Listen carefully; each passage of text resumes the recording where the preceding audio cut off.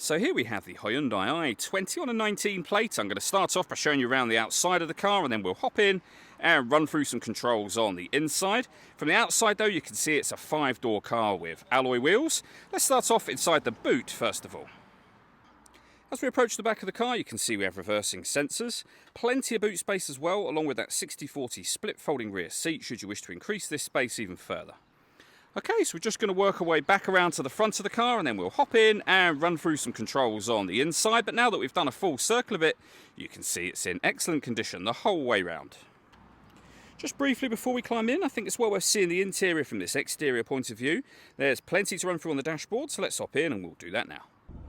Okay, now that we're inside the car, we're going to start with the dials. Over on the left-hand side, first of all, we have the rev counter and coolant temperature gauge. On the right-hand side, the speedometer and fuel gauge. In the middle, you can see the total miles of the car. They are 26,515. Above that, we have a digital readout for the speedometer. You can change information that's displayed there using buttons on the steering wheel. We're on the driving data menu at the moment, but there are other menus available to you as well. And if we back out to the steering wheel, on the right-hand side, you can see the buttons I was using just a second ago, along with cruise control, and on the left-hand side, stereo and phone controls. Over in the center, we have the main stereo screen itself. So it's all touchscreen. You do have a few physical buttons down the right and left-hand sides, but you don't have to use those in order that you can operate everything on the screen. So we've got our phone, obviously we can pair from there. If you want to listen to music in this car, we have, of course, got the radio, and you'll see we've got DAB, FM and AM radio. If you want to listen to your own music, you would hit the media button. Nothing is paired up at the moment, so it's grayed out.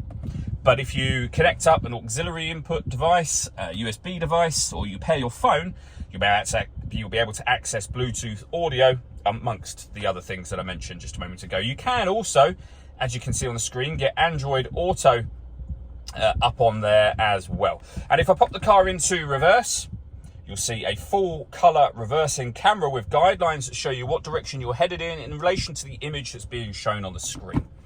Working our way down, we then have the air conditioning. So you can adjust the direction of the air, the fan speed and the temperature. Once you're happy with those settings, this button turns your air conditioning off, back on again. You can recirculate the air that's in the car. That's a great way of heating it up or cooling it down quickly depending on the temperature you set over here, and you can turn that on, it's on now, or off just as easily. Same with the air conditioning. Below that, we have a 12-volt charging socket, a USB charging socket, USB input for your music, auxiliary input, and then a 5-speed manual gearbox. And lastly, we can turn off the parking sensors from here. We can also turn off the stop and start. This car is designed to cut out when it's stationary in traffic to save you fuel. That system is off when that light shows. All that leaves me to say is thank you for taking the time to watch this video. If you'd like to come and see the car in person and have a test drive, please feel free to call either of our MJA sites. We'd love to hear from you soon.